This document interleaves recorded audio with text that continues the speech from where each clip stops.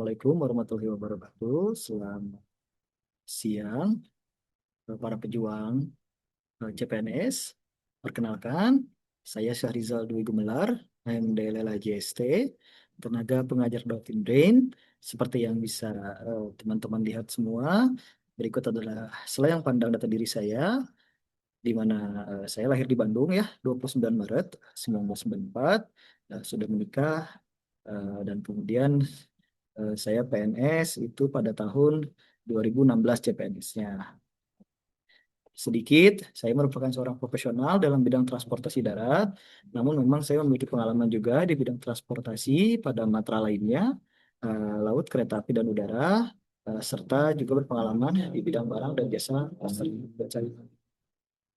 Untuk pendidikan, saya menempuh D3 lalu lintas angkutan jalan di Sekolah Tinggi Transportasi Darat dari tahun 2011 sampai dengan 2014 selama 3 tahun tentunya. Kemudian melanjutkan S1 Teknik Sipil Universitas Kalimantan Utara. Pada saat itu saya ditempatkan di Dinas Perhubungan Provinsi Kalimantan Utara. Sekaligus saya menempuh juga S1 Teknik Sipil di sana. Kemudian untuk beberapa sertifikasi yang saya raih, di antaranya ada analisis dampak lalu lintas di tahun 2023, kemudian analisis mengenai dampak lingkungan atau AMDAL 1 dan 2, itu masing-masing di tahun 2019 dan 2022. Kemudian saya juga memiliki sertifikasi tingkat dasar ahli pengadaan atau barang dan jasa di tahun 2012 dan Safety Management System di 2017. Untuk pengalaman kerja, di dinas sebelumnya saya pertama kali bertugas di pemerintahan itu di Dinas Perhubungan Kabupaten Bandung di bidang lalu lintas, di mana fokus kegiatannya yaitu pada analisis dampak lalu lintas. Kemudian saya CPNS di Provinsi Kalimantan Utara, itu ditempatkan di bidang udara dan kereta api sebagai perencana bidang dan PPTK atau pejabat pelaksana teknis kegiatan. Kemudian beralih, pada saat itu bidang kami beralih menjadi bidang pengembangan transportasi, di mana di sana saya sebagai perencana bidang dan PPTK mencakup transportasi darat, laut, kereta api, dan udara. Dan saat ini saya bertugas di Badan Perencanaan Pembangunan Riset dan Inovasi Daerah Kabupaten Bandung, yaitu di bidang infrastruktur dan kewilayahan, yang mana fokus mitranya juga tetap tidak jauh, yaitu mitra perencanaan untuk Disub, DPUTN, Disperkintan, DLH, Damkar, Diskominfo, BPBD, dan BPRIDA. Jadi masih berkaitan juga dengan salah satunya perhubungan, sebagaimana baseline saya dalam pendidikan. Kemudian untuk penghargaan mungkin sedikit saya notis saja terkait CPNS ini. Alhamdulillah saya pernah meraih prestasi istimewa peringkat 1 CPNS pada saat itu 2017 di BPSDM Provinsi Kalimantan Selatan. Mungkin demikian perkenalan dari saya. Terima kasih. Assalamualaikum warahmatullahi wabarakatuh. Baik, rekan-rekan sekalian, sekarang kita sudah mengakses dari web Document, dari aplikasi Document, kita sudah login.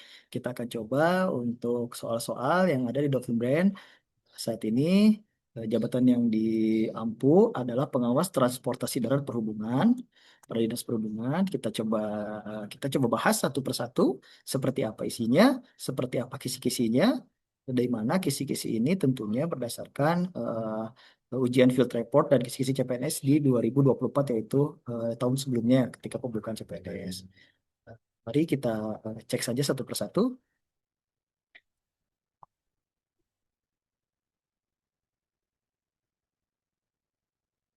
Oke, rekan-rekan, sekarang sudah ada pertanyaan selanjutnya.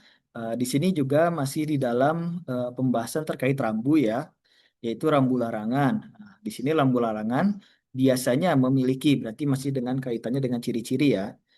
Di sini ada 5 pilihan ganda. Rekan-rekan bisa melihat, coba pilih. Di sini ada pilihannya A, dasar putih dengan tepi merah dan simbol hitam. B, dasar biru dengan simbol putih. C, dasar hijau dengan huruf putih. D, dasar coklat dengan huruf putih. Ataukah E, dasar kuning dengan huruf merah. Jadi yang tadi rambu peringatan, di soal sebelumnya ada sudah dibahas. Sekarang adalah rambu larangan. Silakan rekan-rekan coba jawab terlebih dahulu. Baik, selanjutnya. Nah, di sini sekarang dari rambu kita beralih ke marka. Marka garis membujur utuh berarti A. Wajib melambat. B. Dilarang pindah lajur. C. Jalur khusus sepeda.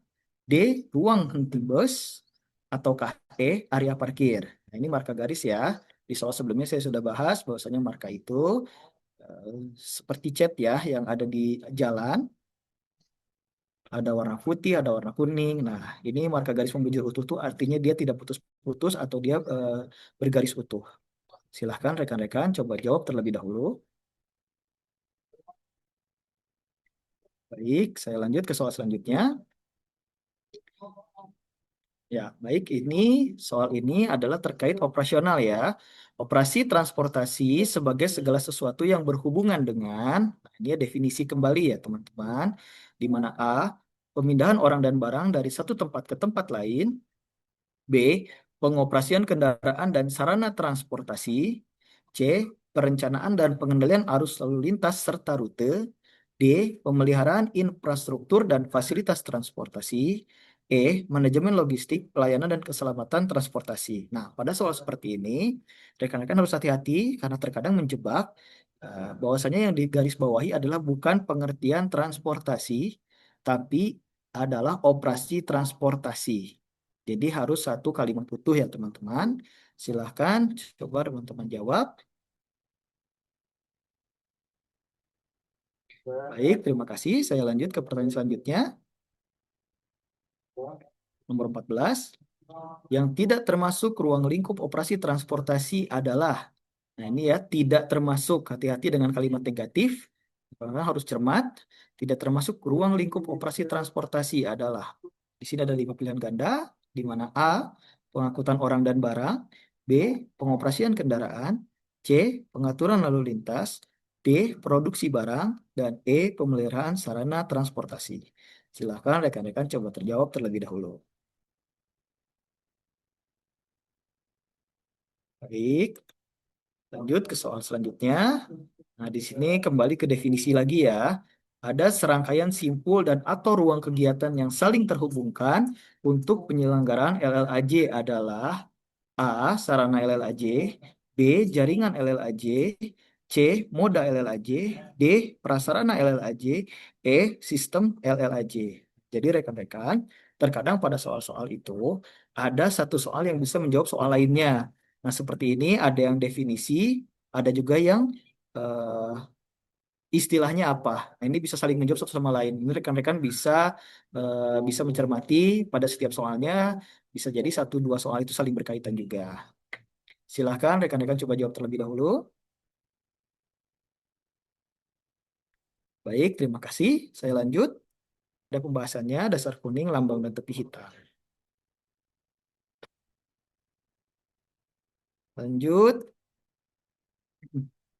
Nah, soal nomor 11, lampu larangan biasanya memiliki, tadi kita sudah coba jelaskan, salah satunya yaitu dasar putih dengan tepi merah dan simbol hitam, seperti larangan parkir, larangan berhenti, atau biasanya orang bilangnya S dicoret, P dicoret. Nah, itu kan dasarnya putih ya, tepi merah, tepinya merah, simbolnya hitam.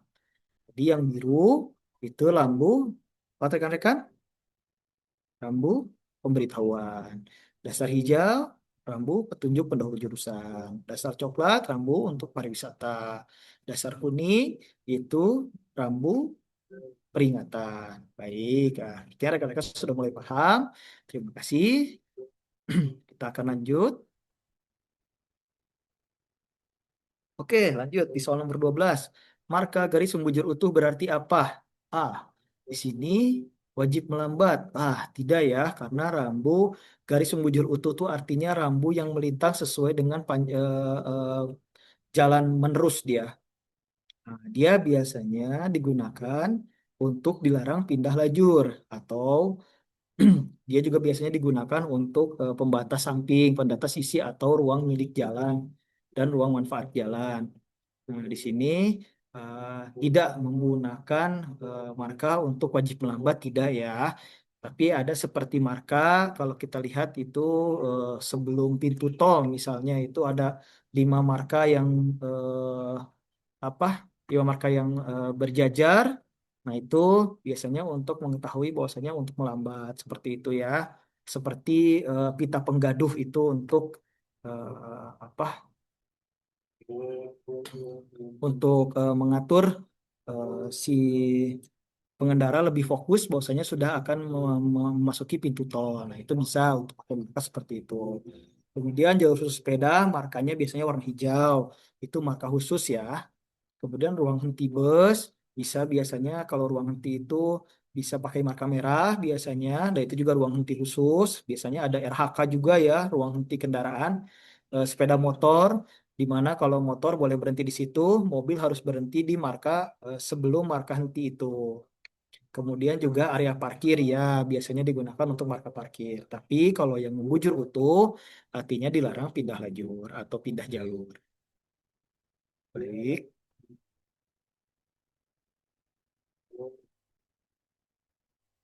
Selanjutnya, soal nomor 13.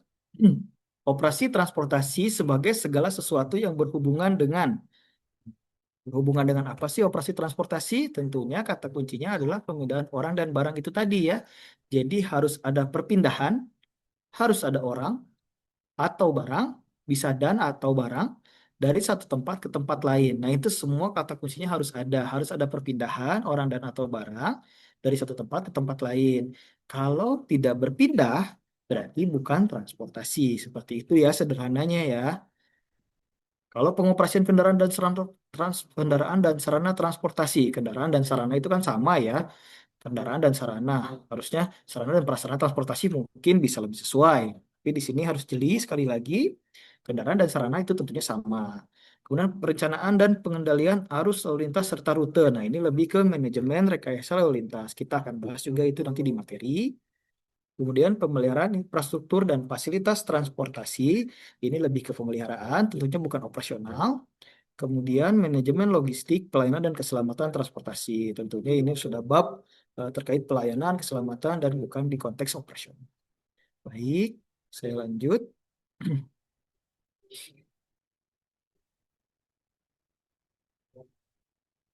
Oke. Yang tidak termasuk ruang lingkup operasi transportasi adalah sini ya, pengangkutan orang dan barang. B. Pengumpulan kendaraan. C. Pengaturan lalu lintas. D. Produksi barang. Apa D? Karena yang tidak termasuk ruang lingkup operasi transportasi adalah kegiatan produksi barang atau jasa. Nah, jelas ya kalau yang ini ya, karena ini produksi barang, bukan pengantaran barang ya. Beda ya, bukan pengangkutan, tidak ada perpindahan. Itu tentunya ranah bidang industri ya, bukan operasi transportasi. Yang lainnya masih termasuk ruang lingkupnya dari operasional transportasi tadi. Oke. Ya, kalau pertanyaan-pertanyaan seperti ini, rekan-rekan eh, hanya membutuhkan kejelian rekan-rekan sekalian sebetulnya. Karena sudah jelas tidak mungkin transportasi memproduksi barang. Jadi sekali lagi kata kuncinya, rekan-rekan harus cermat. Jadi membaca baik-baik, santai tapi serius. Seperti itu ya.